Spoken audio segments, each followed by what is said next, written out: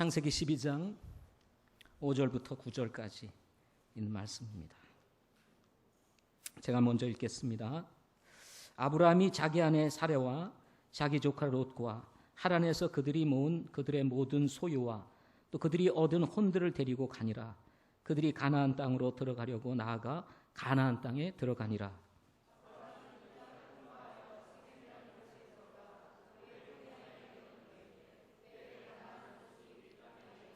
주께서 아브라함에게 나타나 이르시되 내가 이 땅을 내 씨에게 주리라 하셨으므로 그가 자기에게 나타나신 주께 거기서 제단을 쌓고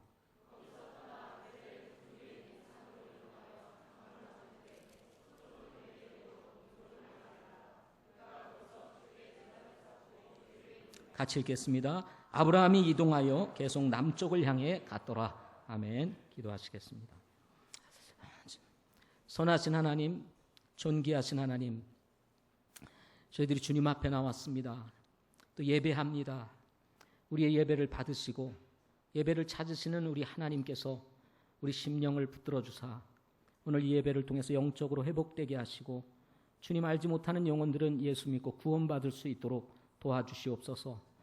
또 아버지 하나님, 이 가운데에 정말 하나님의 도우심이 필요한 영혼들이 있다면 성령의 인도하심을 받을 수 있도록 도와주시고 기꺼이 자신을 주님 앞에 내려놓고 주님 의지하며 주님 신뢰하는 우리 성도들 되게 하여 주시옵소서. 말씀을 축복하옵소서. 예수님의 이름으로 기도하옵나이다. 아멘. 하나님을 경험하는 삶 시리즈 세 번째로 오늘 예배자가 되라 하는 주제로 말씀 같이 나누도록 하겠습니다. 지난주에 12장 1절부터 우리 9절까지 있는 말씀을 중심으로 해서 부르심에 순종하라 하는 제목으로 말씀을 전했습니다. 근데 오늘 본문을 그대로 해서 5절부터 9절까지 있는 본문으로 두 번째 시간 갖게 되는데 좀 지루한 것 같아서 그냥 말씀을 뛰어넘어서 증거할까도 생각을 했습니다. 그렇지만 예배가 너무나 중요한 부분이기 때문에 오늘 12장 이 본문을 또 한 부분으로 해서 한 번 더 말씀을 전하도록 하겠습니다.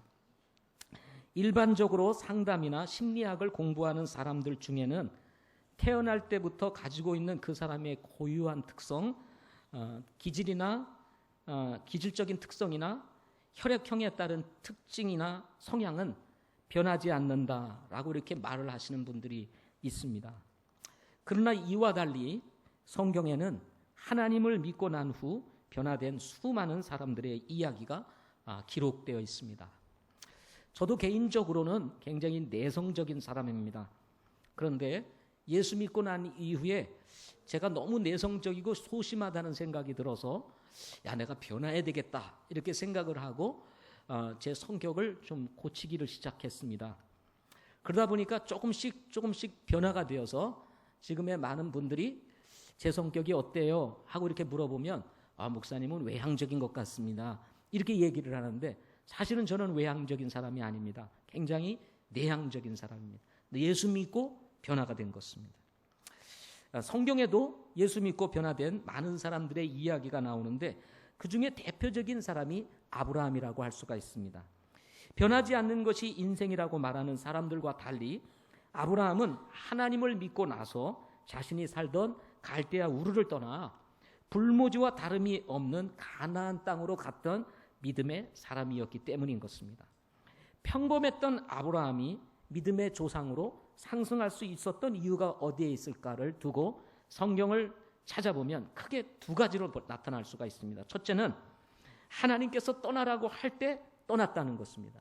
갈대아 우르를 떠나 내가 지시할 땅으로 가라 하고 이제 말씀을 하셨을 때 이 아브라함이 그 하나님의 말씀을 그대로 붙잡고 떠날 것을 떠났다는 것입니다.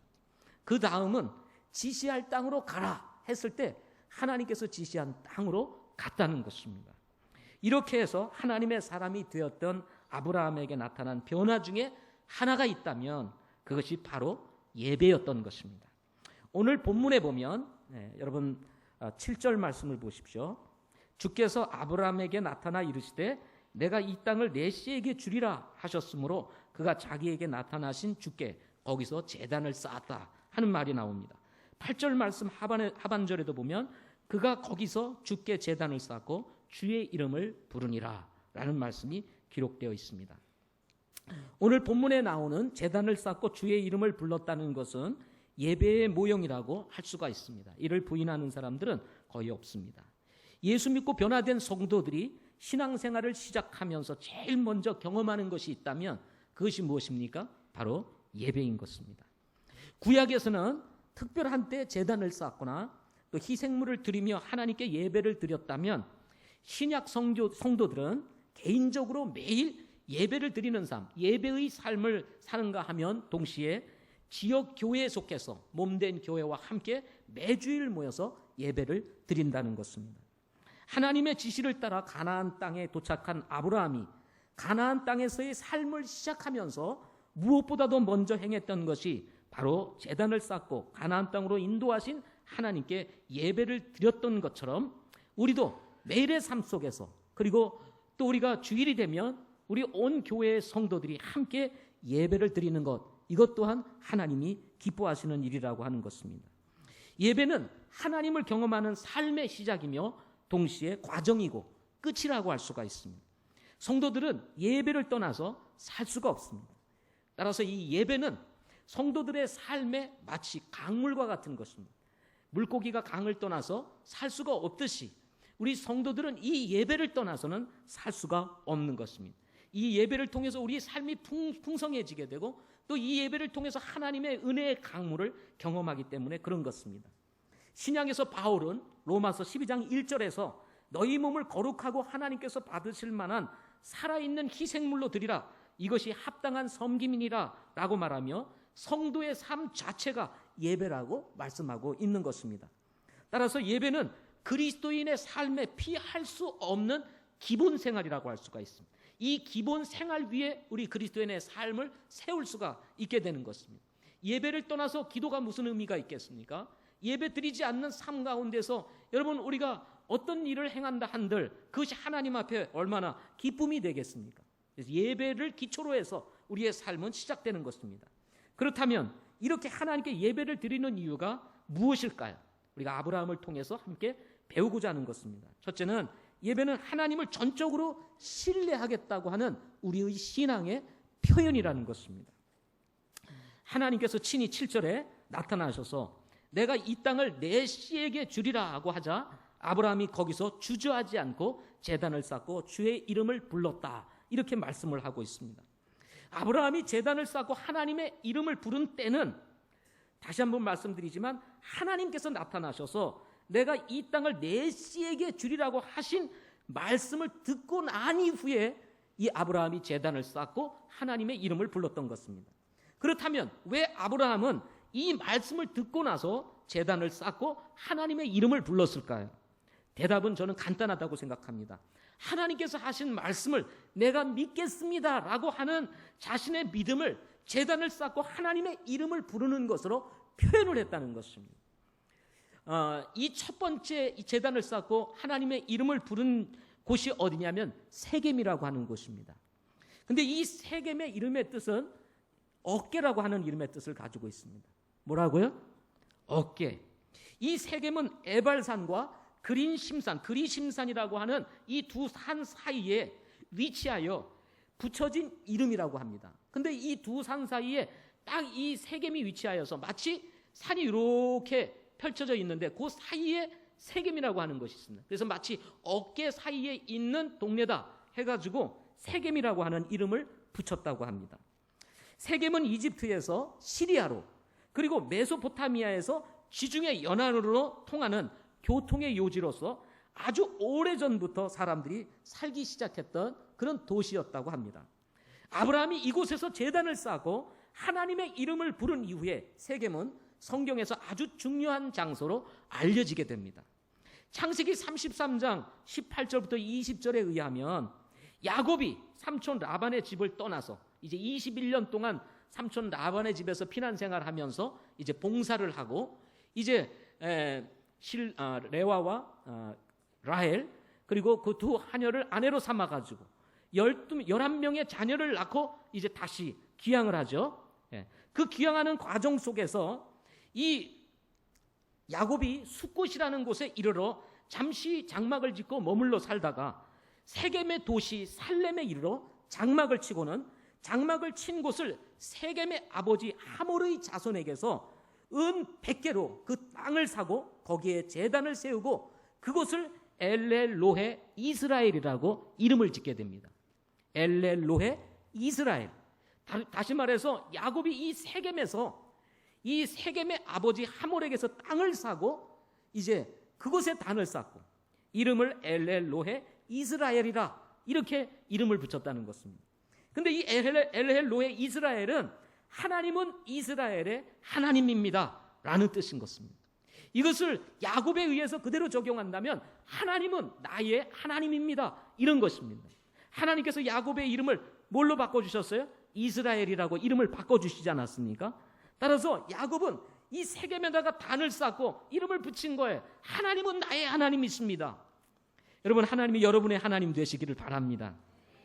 이후 34장에서 디나 사건으로 인해서 레위가 세겜의 거민을 살육하는 가슴 아픈 사건이 일어나게 됩니다. 그리고는 시간이 좀 지나서 이제 여호수아서 24장 32절에 보면 이제 모세가 이집트를 떠나 이제 가나안 땅으로 갈 때에 요셉이 죽기 전에 이 백성들에게 유언을 했습니다. 그것이 뭐냐면 내가 죽으면 나의 유골을 반드시 이 이집트에서 가지고 나가 가나안 땅에 묻어달라 이렇게 요청을 했습니다. 그래서 이 모세가 출애굽을 할 때 이 요셉의 유골을 취하여 가지고 나가게 됩니다. 그리고는 여호수아가 이제 가나안 정복 모든 사건을 다 마친 이후에 여호수아 24장 32절에 보면 이 여호수아가 이 요셉의 뼈를 세겜에다가 장사를 지내게 다시 묻게 되는 것입니다.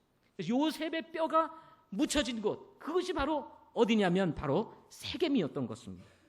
자, 제가 말씀을 읽어드리겠습니다. 이스라엘 자손이 이집트에서 가져온 요셉의 뼈를 세겜의 곧 야곱이 세겜의 아버지 하몰의 아들로부터 은 100개를 주고 산 땅에 묻었더라. 이것이 요셉 자손의 상속 재산이 되었다 하는 말씀이 성경에 기록되어 있습니다. 뿐만 아니라 여호수아서 24장을 쭉 읽어보게 되면 이제 여호수아가 이 가나안 정복 사역을 다 마치고 나서 마지막 고별 설교를 하게 됩니다. 이제 여호수아가 자신의 인생 마치는 거예요. 그리고 이제 마지막 고별 설교를 하는데 이때 여호수아가 이스라엘 모든 지파들을 다 어디로 모이게 하냐면 이 세겜으로 모이게 합니다. 그리고는 이 세겜에서 마지막 고별 설교를 하고 그의 삶을 마치게 되는 것입니다. 이후에 아시리아가 주전 722년에 이 세겜을 점령하게 됩니다. 그리고는 이 아시리아 사람들을 이 세겜으로 이전시켜 가지고 유대 사람들과 혼혈 정책을 쓰게 됩니다. 이 유대를 한마디로 얘기하면 아시리아로 만들어 버리겠다는 것입니다.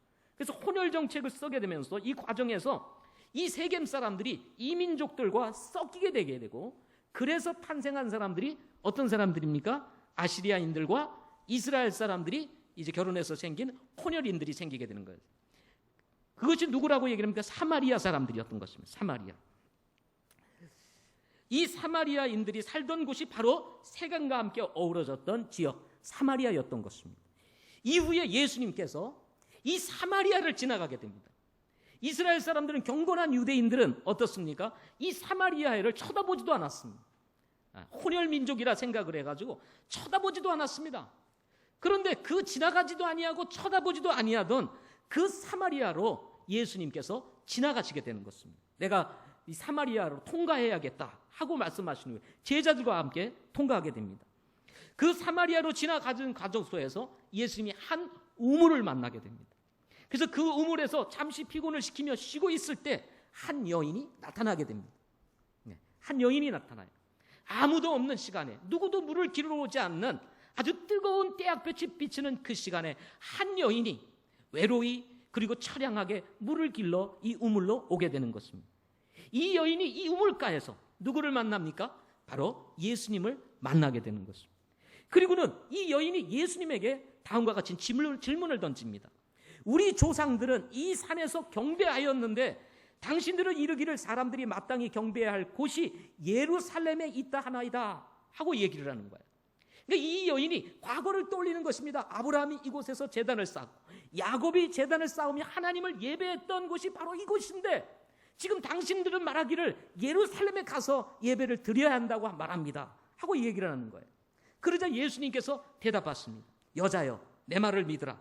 너희가 이 산에서도 아버지께 경배하지 아니하고 예루살렘에서도 경배하지 아니할 때가 이르느니라. 너희는 너희가 알지 못하는 것에게 경배하고 우리는 우리가 경배하는 것을 아노니 이는 구원이 유대인에게서 나기 때문이라. 그러나 참되게 경배하는 자들이 영과 진리로 아버지께 경배할 때가 오나니 곧 지금이라. 이는 아버지께서 자기에게 그렇게 경배하는 자들을 찾으시기 때문이니라. 하나님은 영이시니 그분께서 경배하는 자들이 반드시 영과 진리로 그분께 경배할지니라 라고 주님께서 대답을 하십니다. 과거 이스라엘 사람들은 어떤 지역에서 예배를 드려야만 했습니다. 그러나 예수님께서 이 여인에게 얘기를 하는 것입니다. 이제는 어느 지역에서가 아니다. 이 산에서도 아니고 예루살렘에서도 아니고 영과 진리로 어디서든지 예배를 할 수 있다 하고 말씀을 하셨던 것입니다. 이렇게 말씀하셨던 예수님께서 마태복음 11장 29절부터 30절에 보면 이런 말씀을 합니다. 나는 마음이 온유하고 겸손하니 너희 위에 내 멍에를 메고 내게 배우라. 그리하면 너희가 너희 혼을 위한 안식을 찾으리니 내 멍에는 쉽고 내 짐은 가벼우니라 하고 말씀을 하십니다. 예수님은 제 무거운 짐을 우리의 삶의 어깨에서 풀어내시고 가벼운 멍에인 예배를 우리의 삶의 어깨에 올려놓으신 분이시라는 것입니다. 예배를 통해서 하나님께 대한 우리의 신뢰를 드릴 때 하나님은 우리의 예배를 받으시기를 기뻐하시고 동시에 우리로 하여금 하나님을 경험하는 삶으로 인도하시는 분이 누구십니까? 하나님이시라는 것입니다. 그러므로 예배는 하나님을 신뢰하는 사람들만이 누릴 수 있는 축복이며 특권이라고 하는 것입니다. 세겜에서 아브라함이 예배를 드리는 이후에 예수님께서 이 사마리아를 지나가면서 예배에 대해서 언급하시고 영과 진리로 예배를 드리는 자들이 이제는 어디서든지 예배를 드릴 수 있다고 말씀하십니다. 그러나 그러기 전에 먼저 중요한 것은 죄의 무거운 짐을 내려놓아야 한다는 것입니다. 그리고는 내게 쉽고 가벼운 짐을 주시겠다고 했는데 그것이 무슨 짐이겠습니까? 그것이 바로 우리로 하여금 주님을 예배하는 삶의 짐을 우리에게 준 것입니다. 그런데 이 예배야말로 정말 하나님을 경험하는 삶의 축복이며 동시에 특권이라는 것입니다. 만약에 저의 삶에 예배가 빠졌다면 나의 인생은 어떻게 됐을까를 생각해 봅니다. 답답하고 무겁고 힘들지 않았을까? 매일의 삶 속에서 한 주간의 삶 속에서 우리의 정말 무거웠던 짐들 잘못된 것들 다 여기서 풀어내고 여러분 주님의 말씀을 들으며 우리의 마음을 새롭게 하지 않습니까? 그리고 살아계시고 지금도 역사하시는 위대하신 하나님을 이 예배를 통해서 만나지 않습니까? 이게 얼마나 큰 축복입니까? 이것이 바로 하나님을 경험하는 삶의 시작인 것입니다. 하나님은 우리가 가지고 있지 않은 확실하고 분명한 인생의 설계도를 가지고 계시는 분이십니다. 사실 우리는 우리의 인생에 대해서 알지 못합니다. 어디로 가게 될지 또 어떻게 우리의 인생이 마치게 될지 알지 못하는 것이 우리들입니다. 그러나 하나님은 정확하고 분명하게 여러분과 저의 인생의 설계도를 가지고 계시다는 것입니다. 아브라함을 향해서 하나님이 가지고 계셨던 설계도가 있으셨던 것처럼 우리에게도 그 설계도를 가지고 계시다는 것입니다. 아브라함 자신도 몰랐을 것입니다. 그렇지만 하나님께서 말씀하실 때마다 아브라함은 그 하나님의 말씀에 대한 신뢰 표현을 제단을 쌓고 하나님의 이름을 불러드림으로 인정을 했던 것을 보게 되는 것입니다. 여러분, 우리가 이 예배를 드린다는 것이 무엇입니까? 우리를 향하신 하나님의 계획, 우리를 향하신 하나님의 말씀, 우리가 믿겠습니다라고 하는 고백이 뭐냐? 이 예배라는 것입니다. 저는 여러분들이 이 예배를 드리면서 하나님께서 우리에게 주시는 이 하나님의 말씀에 대한 여러분의 믿음의 표현이 이 예배를 통해서 올려드려지기를 소망합니다. 하나님께서는 우리에게 주신 말씀, 우리에게 하신 말씀 반드시 실행하시는 분이시라는 것입니다. 이것이 바로 하나님을 예배하는 이유인 것입니다. 두 번째로는 예배는 황당한 환경에서도 하나님을 신뢰하겠다는 신앙의 고백이라는 것입니다.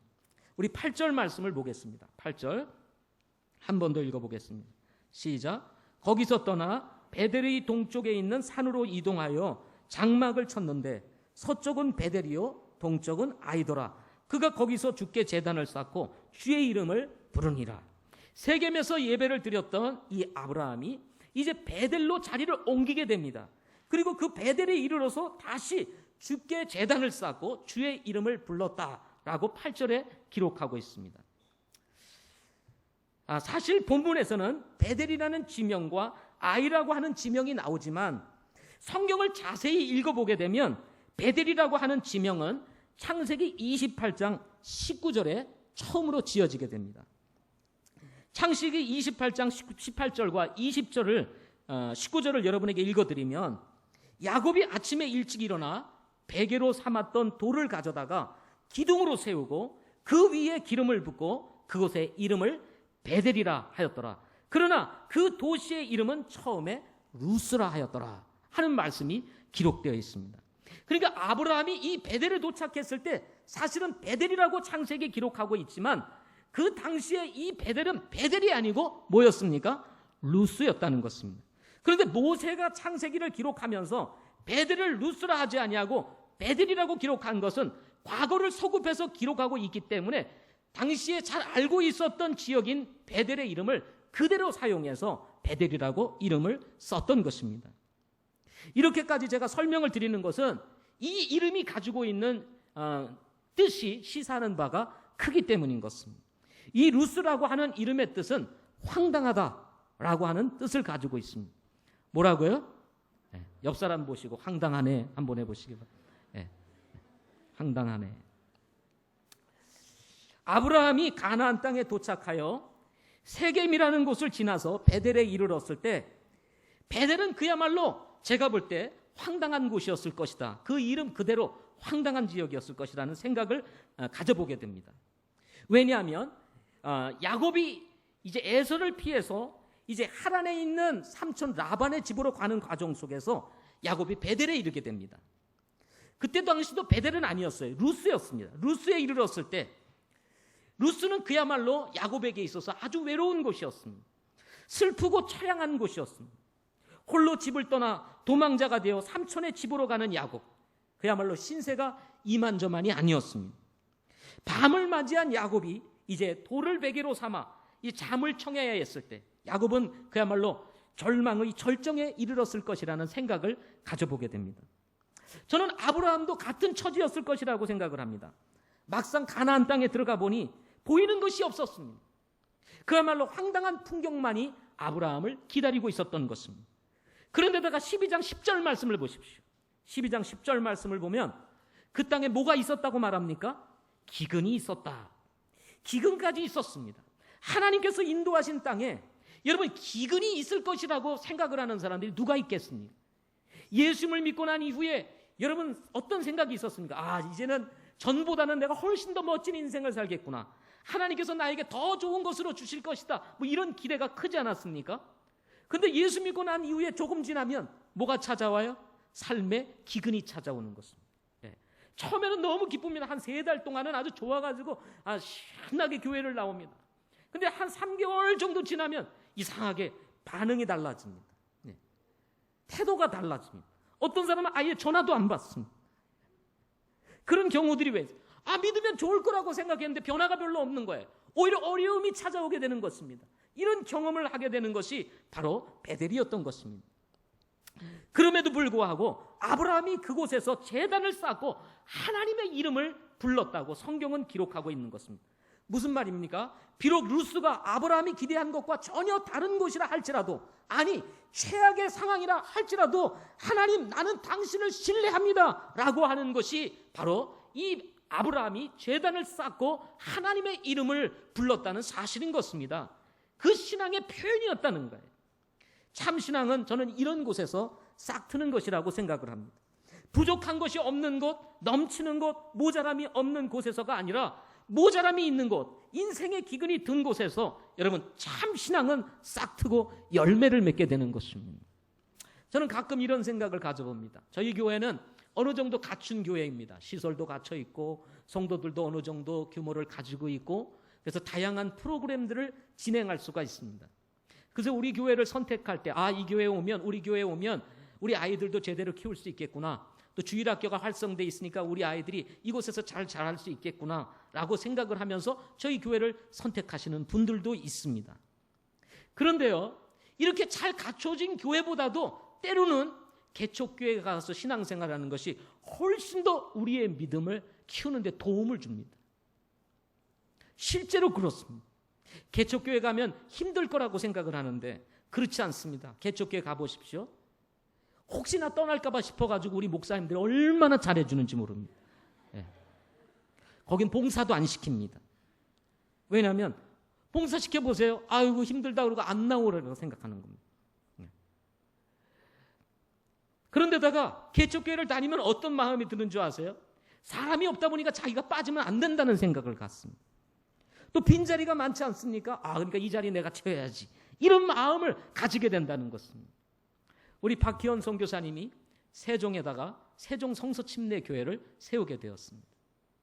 도화 성서침례교회에서 신실하게 주님을 섬기던 집사님 부부가 세종시로 이제 발령을 받아서 이사를 하게 되어서 세종교회로 이제 출석을 하게 되었습니다. 이제 도화교회가 이제 건물을 팔고 새 건물을 짓기 위하여 예배당을 이전하게 되었습니다. 그래서 그 집사님 부부에게 이야기를 했다고 합니다. 집사님, 그래도 우리 교회가 이전을 했는데 한 번쯤은 와봐야 되지 않겠습니까? 하고 이야기를 했다고 합니다. 우리 집사님 하시는 말씀, 목사님 죄송하지만 저도 가보고 싶지만 우리 세종교회에서 우리 가족이 빠지면요 너무 펑 비어서 갈 수가 없습니다. 할 말이 없습니다. 그러다 보니까 여러분 자연스럽게 믿음이 자라는 거예요. 그 개척교회 신앙생활 해보세요. 목사님의 특별한 사랑. 저희 교회에서는요 저하고 성경 공부하는 것은 딱 한 번입니다. 언제입니까? 창세기 공부할 때. 그리고 모든 목자대학 다 과정 끝나고 이제 교리반이라든지 이런 거 공부할 때 저를 만납니다. 그러나 개척교회 가보십시오. 처음부터 마지막까지 목사님과 같이 교제를 합니다. 여러분 얼마나 큰 축복입니까? 예? 안 그러십니까? 부담스러우세요? 실제로 여러분 믿음은 그런 곳에서 자라는 거예요. 야곱이 딱딱한 돌베개를 베고 잘 때 그때는 그야말로 처량하고 고냈지만 바로 그곳에서 하늘과 땅을 이는 하나님의 사닥다리와 그것을 오르락내리는 천사를 보게 되면서 그의 인생이 바뀌게 되는 것입니다. 결국 황당한 자리 루스가 하나님의 집 베델로 바뀌게 되는 역사가 기록되게 되는 것입니다. 그렇습니다. 지금 보이는 우리의 삶이 황당한 삶일 수가 있습니다. 대학은 졸업했는데 취업이 되지를 않습니다. 얼마나 황당하겠어요. 대부분의 많은 주변의 친구들은 다 직장을 찾아 이곳저곳으로 다 떠났는데 자신만은 직장을 찾지 못한 채 여전히 집에서 백수로 놀아야 할 때 얼마나 인생이 황당하겠어요. 나도 생긴 거 괜찮은 것 같고 그리고 뭐 건강한 것 같은데 왜 나이가 먹도록 애인 하나 없나? 왜 나는 결혼을 못하지? 뭐 얼마나 황당한 일이겠어요. 그러지 않겠습니까? 그래서 정말 두려움에 빠져 있고 고민에 빠져 있는 사람들이 우리 주변에 굉장히 많습니다. 우리의 인생은 많은 경우에 황당한 일들을 만날 때가 많습니다. 어제 우리 이용미 자매님 남편이 세상을 떠났습니다. 나이가 56세, 저하고 같은 나이입니다. 한창 인생을 살며 이제 자녀들이 큰 것을 보며 삶을 즐기며 정말 가정 안에서 행복을 누려야 될 때인데 그만 세상을 떠나고 말았습니다. 인생 사는 것이 얼마나 힘들고 어려웠으면 그의 주변에서 그의 손에서 항상 술병을 놓지 않았어요. 밥을 먹고 식사를 하는 것보다 더 좋은 것은 술이었습니다. 결국 술로 세상을 마치게 된 것입니다. 얼마나 황당한 일입니까?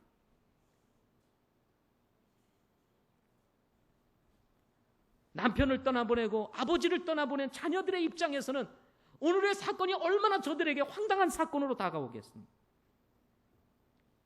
우리가 만나는 수많은 사건들 가운데 이렇게 황당한 일들이 많은 것입니다. 예상치 못한 질병이 우리를 위협할 때 삶이 황당하게 느껴집니다. 한 번도 생각하지 못한 사건이 내 앞에서 펼쳐지는 것을 우리가 경험할 때 여러분 우리 인생이 얼마나 황당할 때가 있습니다. 피하고 싶은 고난 앞에서 그야말로 더 이상 버틸 힘이 없다고 생각이 들 때도 있습니다.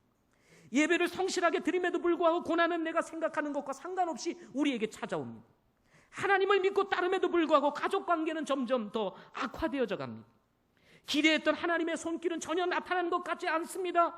우리의 신앙생활을 하면 믿기 전보다 더 좋을 것이라고 생각을 했는데 오히려 황당한 일들만 자꾸 만나게 됩니다.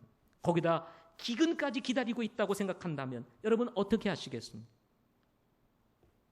아브라함은 이 상황 속에서 그럼에도 불구하고 그곳에서 제단을 쌓고 하나님의 이름을 불렀다고 말하는 것입니다. 아무것도 없음에도 불구하고 눈에 보이는 것이 없을지라도 하나님을 신뢰합니다라고 하는 이런 자신의 신앙을 찬양으로, 기도로, 아멘으로, 우리의 드림으로 고백하는 것이 바로 예배라는 것입니다. 이것이 살아있는 성도들의 진정한 삶의 모습인 것입니다. 여러분, 우리가 드리는 이 예배 속에 우리의 신앙이 담겨져 있는 거예요. 우리가 찬양을 드릴 때에도 여러분 하나님에 대한 우리의 신뢰가 담겨져 있는 거예요. 여러분이 만나고 있는 그 어려운 상황 속에서도 정말 이 주일날 나와서 예배를 드릴 때 여러분 정말 우리가 잠시 드리는 기도지만 그 기도 속에 하나님 내가 당신을 신뢰합니다라고 하는 우리의 믿음이 포함되어 있는 것입니다. 하나님의 말씀을 들을 때 여러분 마음의 문을 열고 마음의 길을 열고 이 하나님의 말씀을 듣고 여러분이 아멘으로 반응할 때 우리는 그래도 그 하나님의 말씀을 내가 믿습니다, 내가 그 말씀에 동의합니다 라고 하는 우리의 신앙의 표현이 아멘으로 나타나게 되는 것입니다. 저는 주님을 섬기고 있는 한 자매를 알고 있습니다. 남편은 예수님을 믿지 않습니다. 자매의 과거의 잘못을 두고 늘 물고 늘어지는 남편이었습니다. 때로는 마음에 들지 않으면 폭력도 사용합니다. 그러는 와중에 인생이 정말 힘들고 지쳐 정말 삶이라는 게 과연 이런 것인가 하고 물음표를 던질 때 한 자매의 인도를 통해서 예수님을 만나게 되었습니다. 의지할 곳이 전혀 없던 한 자매가 예수님을 만난 이후에 이제 주님을 붙잡고 살게 되었습니다. 주변에 있는 여러 성도들이 함께 기도하며 그리고 격려하며 믿음을 세우는 일에 도움을 주었습니다. 이후에 삶이 변화되어 이 자매가 더욱 아름답게 주님을 섬기기 시작했습니다. 그 힘들고 어려운 삶 속에서 핍박하고 반대하는 그런 남편의 그 상황 속에서도 예배에 빠지지 아니하고 목장 모임을 하며 예배를 드리며 그리고 성경의 말씀을 공부하고 때로는 맨투맨을 통해서 하나님의 말씀으로 무장하는 일을 했습니다. 이사를 가자고 하는 남편의 말을 거절하며 내가 살 곳은 바로 여기입니다라고 믿음으로 견뎠습니다. 자녀들마저도 부양하는 그런 상황이었습니다. 그럼에도 불구하고 그 힘들고 어려운 상황 속에서도 하나님을 신뢰하며 신실하게 주님을 섬겼습니다. 세월이 흘렀습니다. 그 어려운 고난이 지나갔습니다. 완전히 다 지나간 건 아니에요. 여전히 일을 하고 있습니다. 그러나 아직 남편도 믿지 아니하지만 신앙생활을 하는 것에 대해서 이제는 문제를 삼지 아니할 뿐만 아니라 마음껏 주님을 섬길 수 있도록 기회가 열렸습니다. 자매는 늘 가끔 이런 고백을 합니다.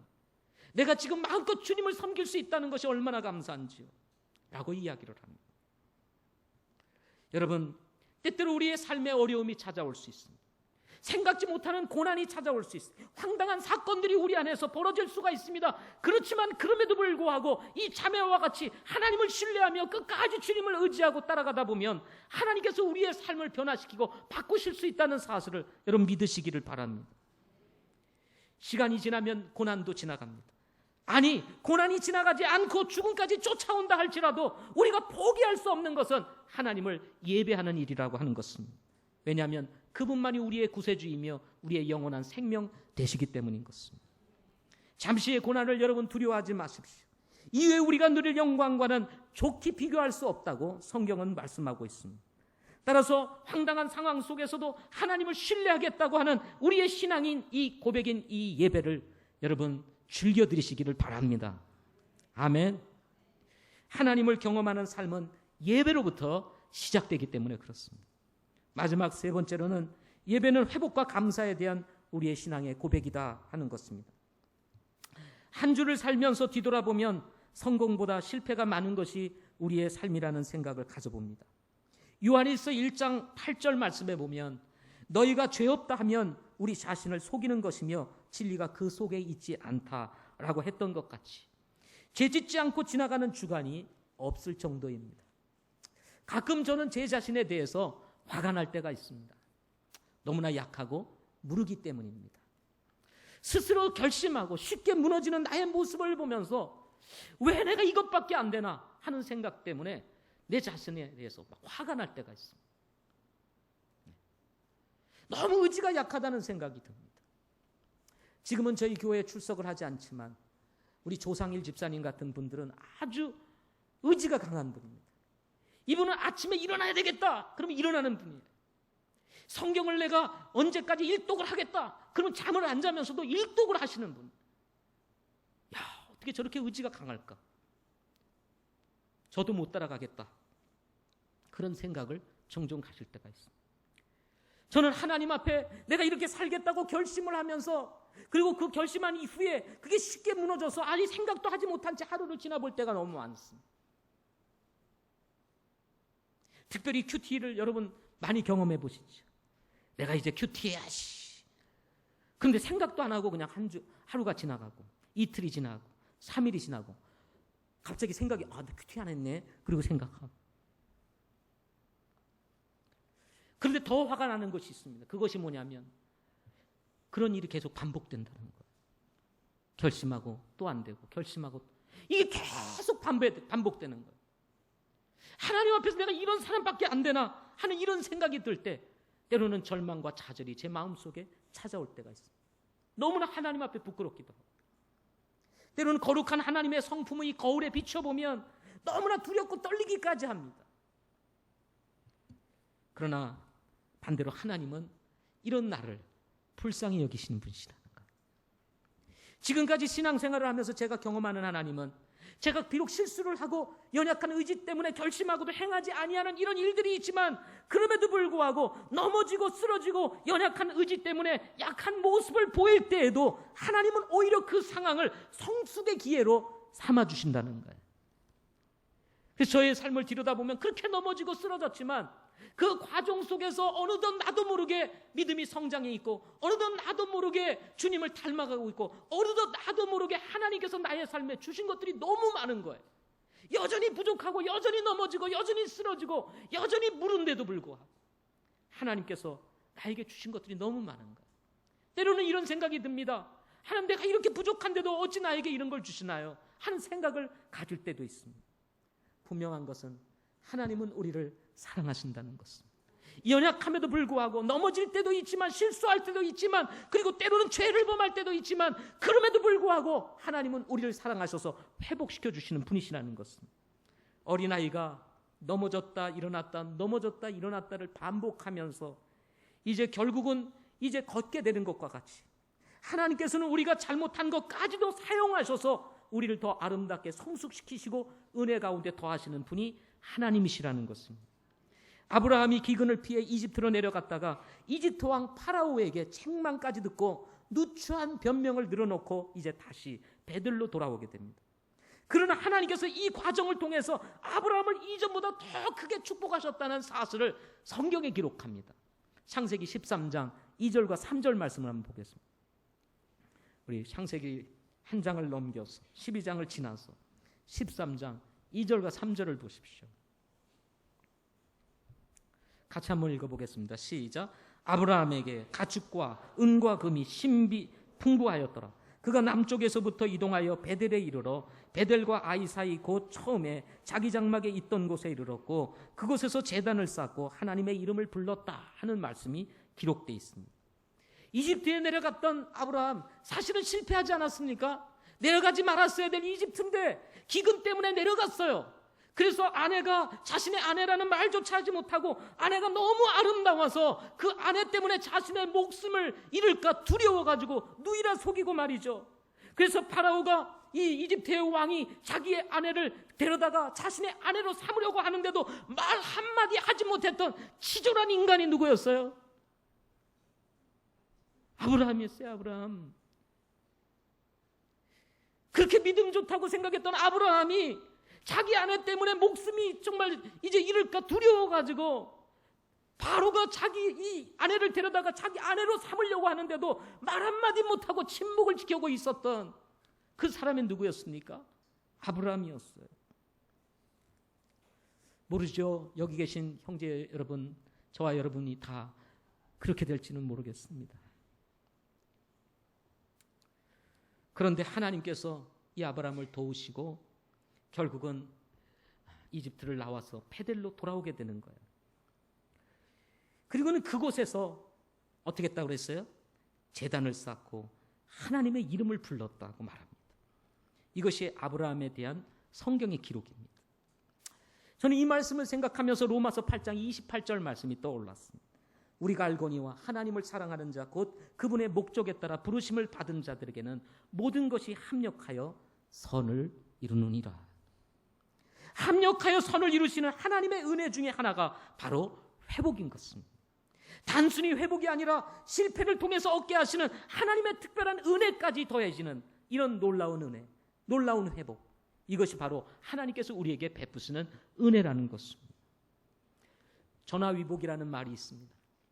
하나님은 항상 우리의 실패 뒤에 전화위복을 통해서 우리를 더 아름답게 세우시고 더 복주시는 분이 우리 하나님이십니다. 우리 양창희 부형님이 우리 함께 예배를 드리고 계십니다. 우리 양창희 부형님은 사실은 암에 걸리셨습니다. 그래서 진단을 받으시고 수술을 하셨습니다. 수술을 받으시고 항암 치료를 하셔야 되는데 우리 부형님께서는 항암 치료는 내가 받지 않겠다. 항암 치료를 거절하고 이제 식이요법을 통해서 자신의 몸을 관리하고 계십니다. 그런데 시간이 꽤 흐르셨는데도 지금도 건강하세요. 병원에 입원하시는 동안 우리 며느님의 극진한 간호를 받게 되었습니다. 우리 며느님이 누구신지 아시죠? 우리 김영아 자매입니다. 김영아 자매가 우리 양창희 부인 시아버님이죠. 시아버님을 극진히 간호를 하게 되었습니다. 사실 며느리가 시아버님 간호를 하는 거 쉬운 일이 아니지 않습니까? 보통은 자녀들이, 따님들이 와서 간호를 하는데 며느님이 극진히 간호하는 걸 보고 아버님이 감동을 받으셨어요. 이런 며느리가 아버님 교회에 오세요. 그런데 안 올 분 있겠어요? 병원에 그렇게 입원해 계셨을 때 그냥 극진히 간호를 하면서 병원에서 했는데 감동을 받으셨어. 교회에 오시라고 하니까 교회에 오시게 됐습니다. 그리고 예배를 드리시다가 어느 시간이 지난 후에 예수 그리스도를 개인의 구세주로 주님으로 영접하시게 되었습니다. 우리 양창희 부형님은 공부하는 것을 굉장히 좋아하십니다. 교회를 나오시면서 성경을 읽기 시작했어요. 성경을 공부하고 도서관에 가서 성경에 관한 자료들을 찾아서 스스로 공부하시고 구원받기 전에 여러분보다 나아요, 그죠? 성경의 지식이 굉장히 박씨 같습니다. 많은 책들을 읽으십니다. 그러다가 예수 그리스도를 영접하고 구원받으시게 됐습니다. 구원받으시고 나신 후에 우리 부형님이 이런 고백을 하셨습니다. 내가 만일 암에 걸리지 않았다면 예수를 내가 믿었겠나. 오히려 내가 아팠던 것이 예수님을 믿은 계기가 되었다는 것. 그게 자신에게 축복이 되셨다는 것입니다. 때로는 여러분 우리의 삶을 위협하고 생명을 위협하는 질병이 우리에게 찾아온다 할지라도 오히려 하나님은 그것을 통해서 예수 그리스도를 만나고 삶을 회복시키고 영원한 생명이 무엇인지 알게 하고 우리의 구세주 되시며 생명의 주 되신 예수 그리스도를 만날 수 있는 축복으로 바꿔주시는 분이 하나님이시라는 것입니다. 베드로는 예수님을 부인하고 도망갔습니다. 그러나 부활하신 예수님을 만난 후에 베드로가 십자가에 거꾸로 달려 죽는다는 사실을 알고도 예수님의 부활을 전하는 사도가 되지 않았습니다. 예수님을 부인했던 베드로, 그야말로 실패 중에 실패를 통해서 그야말로 낙심하여 바다로 돌아가서 고기를 잡던 이 어부 베드로를 주님이 다시 찾아가셔서 부활하신 자신의 모습을 보여주고 그의 삶이 회복됨으로 말미암아 그는 평생에 살아계시고 역사하시는 그 하나님의 이름을 선포하며 예수 그리스도의 부활을 선포했던 위대한 사도가 되었던 것입니다. 베델로 다시 돌아온 아브라함, 다시 제단을 쌓고 하나님의 이름을 부르지 않습니까? 이집트에서는 제단을 쌓고 하나님의 이름을 부르지 못했습니다. 여러분, 예배가 무엇입니까? 실패한 내 인생에 하나님이 개입하여서 변화시켜 주시고 회복시켜 주심에 대한 감사인 것입니다. 저는 예배의 요소 중에 하나가 회복이라고 믿습니다. 회복. 우리는 한 주 동안 살면서 앞에도 말씀드렸던 것처럼 성공보다는 실패가 크다고 말합니다. 관계 속에서 마음이 무너지고 우리가 정말 하나님의 말씀을 중심으로 해서 영적인 생활을 하겠다고 결심했지만 살다가 보면 되어지는 건 아무것도 없고, 작은 일로 우리의 감정이 폭발하고, 작은 일로 마음이 상하고 등등의 여러 일들 뿐만 아니라 죄의 유혹까지 봐도 때로는 우리가 하나님이 원하지 않는 죄를 범하며 살 때도 있지 않습니까? 그럼에도 불구하고 우리가 예배 나오는 것은 뭐예요? 그런 연약한 마음을 가지고 때로는 정말 이 주님 앞에 나오는 것도 부끄럽지만 그럼에도 불구하고 나오는 것은 이 예배를 통해서 다시 한번 하나님의 말씀을 듣고 그리고 하나님을 만남으로 말미암아 연약해진 나의 이 신앙을 다시 회복시키고 나의 믿음을 다시 여러분 세우고 싶은 그런 마음이 있기 때문이 아닙니까?